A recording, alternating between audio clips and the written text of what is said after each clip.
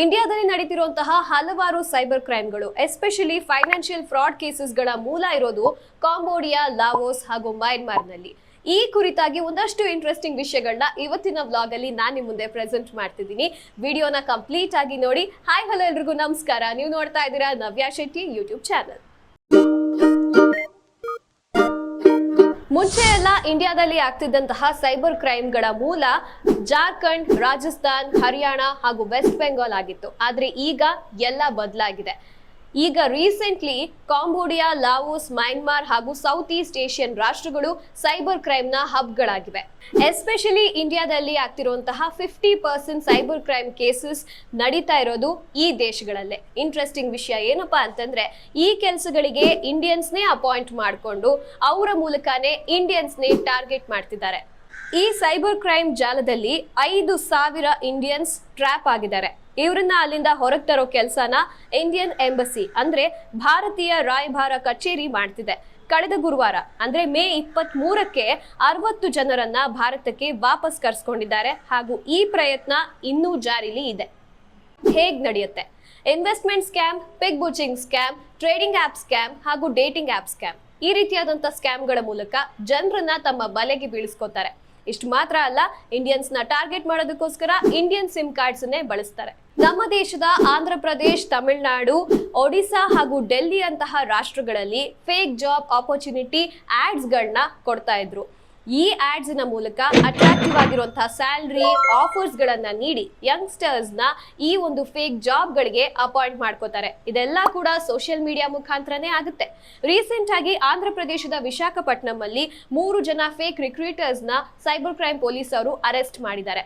ಇವ್ರುಗಳು ಯಂಗ್ಸ್ಟರ್ಸ್ಗೆ fake job ಗಳ ಮೂಲಕ appoint ಮಾಡಿಕೊಂಡು ಅವ್ರನ್ನ ಕಾಂಬೋಡಿಯಾಗೆ ಕಳಿಸ್ತಾ ಇದ್ರು. ಸೈಬರ್ ಕ್ರೈಮ್ ರಿಲೇಟೆಡ್ ಆಗಿ ಫೈಲ್ ಆಗಿರುವಂತಹ ಒಟ್ಟು ಕೇಸಸ್ ಅಲ್ಲಿ 85% ಕಂಪ್ಲೇಂಟ್ಸ್ ಇರೋದು ಫೈನಾನ್ಷಿಯಲ್ ಕ್ರೈಮ್ ಅಂದ್ರೆ ಹಣಕಾಸು ಅಪರಾಧದ ಬಗ್ಗೆ. ಇದರಲ್ಲಿ 48% ಕೇಸಸ್ ಸೌತ್ ಈಸ್ಟ್ ಏಷ್ಯನ್ ರಾಷ್ಟ್ರಗಳದ್ದೇ ಆಗಿರುತ್ತೆ.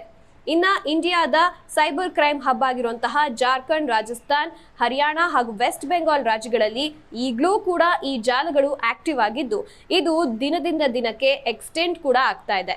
ಡಿಸೆಂಬರ್ 2023ರಿಂದ ಹಿಡಿದು ಇವತ್ತಿನವರೆಗೆ 1,000 ಜನರನ್ನ ಅರೆಸ್ಟ್ ಮಾಡಲಾಗಿದೆ. ಇಂಡಿಯನ್ ಸೈಬರ್ ಕ್ರೈಮ್ ಕೇಸಸ್ಗಳ ಹಿಂದೆ ಚೈನೀಸ್ ಕೈವಾಡ ಇರೋದು ಪಕ್ಕ. ಇದನ್ನ ಹೇಳ್ತಿರೋದು I4C ಅಂದ್ರೆ Indian cyber crime coordination centre. Most of the cases ಹಿಂದೆ ಚೈನೀಸ್ ಇದ್ದಾರೆ. ಈ ಫ್ರಾಡ್ ವೆಬ್ ಅಪ್ಲಿಕೇಶನ್ ಗಳನ್ನ ಬರೀತಿರೋದು ಚೈನೀಸ್ ಲ್ಯಾಂಗ್ವೇಜ್ ಅಲ್ಲೇ ಆಗಿದೆಯಂತೆ. ಹಾಗಾಗಿ ಇದ್ರ ಹಿಂದೆ ಚೈನೀಸ್ ಇರೋದನ್ನ ನಾವು ನೆಗ್ಲೆಕ್ಟ್ ಮಾಡೋದಕ್ಕಾಗಲ್ಲ ಅಂತಿದ್ದಾರೆ I4C ನ CEO ಆಗಿರುವಂತಹ ರಾಜೇಶ್ ಕುಮಾರ್ ಅವರು. 2024ರಲ್ಲಿ national cyber crime reporting portal ನಲ್ಲಿ ಲಾಗ್ ಆಗಿರುವಂತಹ ಒಟ್ಟು ಕಂಪ್ಲೇಂಟ್ಸ್ 6 ಲಕ್ಷಕ್ಕೂ ಹೆಚ್ಚು. ಇದರಲ್ಲಿ ವಂಚನೆ ಆಗಿರುವಂತಹ ಅಮೌಂಟ್ ಬಂದು 7,061 ಕೋಟಿ ರೂಪಾಯಿ. ಆದ್ರೆ I4Cಗೆ ರಿಕವರ್ ಮಾಡೋದಿಕ್ ಆಗಿರುವಂತಹ ಅಮೌಂಟ್ ಕೇವಲ 812 ಕೋಟಿ ರೂಪಾಯಿ ಮಾತ್ರ. ಹಾಗಿದ್ರೆ ಇಂಥ ಸೈಬರ್ ಕ್ರೈಮ್ ಜಾಲಗಳಿಗೆ ಕನ್ನಡಿಗರು ಬಿದ್ದಿಲ್ವಾ? ಇಷ್ಟೆಲ್ಲ ಆಗ್ತಾ ಇದ್ರು ಸರ್ಕಾರ ಇದರ ವಿರುದ್ಧ ಏನೂ ಆಕ್ಷನ್ ತಗೊಂಡಿಲ್ವಾ? ಹಾಗಿದ್ರೆ ಒಟ್ಟಾರೆ ಆಗಿರುವಂತ ವಂಚನೆ ಎಷ್ಟು? ಅಂಡ್ ಫೈನಲಿ ಇಂಥ ವಂಚನೆಯಿಂದ ನಾವು ಸೇಫ್ ಆಗಿರೋದು ಹೇಗೆ? ಇದೆಲ್ಲವನ್ನ ನನ್ನ ನೆಕ್ಸ್ಟ್ ವ್ಲಾಗ್ ಅಲ್ಲಿ ತಿಳಿಸ್ತೀನಿ. ಅಲ್ಲಿವರೆಗೂ ನೀವು ಸ್ವಲ್ಪ ಕಾಯ್ಬೇಕು. ಇವತ್ತಿನ ವ್ಲಾಗ್ ನಿಮಗೆ ಇಷ್ಟ ಆಗಿದ್ರೆ ನಿಮ್ಮ ಫ್ರೆಂಡ್ಸ್ ಹಾಗೂ ಫ್ಯಾಮಿಲಿ ಜೊತೆ ಶೇರ್ ಮಾಡಿ ಅಂಡ್ ಲೈಕ್ ಬಟನ್ ನ ಕ್ಲಿಕ್ ಮಾಡಿ. ಅಂಡ್ ನವ್ಯಾ ಶೆಟ್ಟಿ ಯೂಟ್ಯೂಬ್ ಚಾನಲ್ಗೆ ಸಬ್ಸ್ಕ್ರೈಬ್ ಆಗೋದನ್ನ ಮರಿಬೇಡಿ.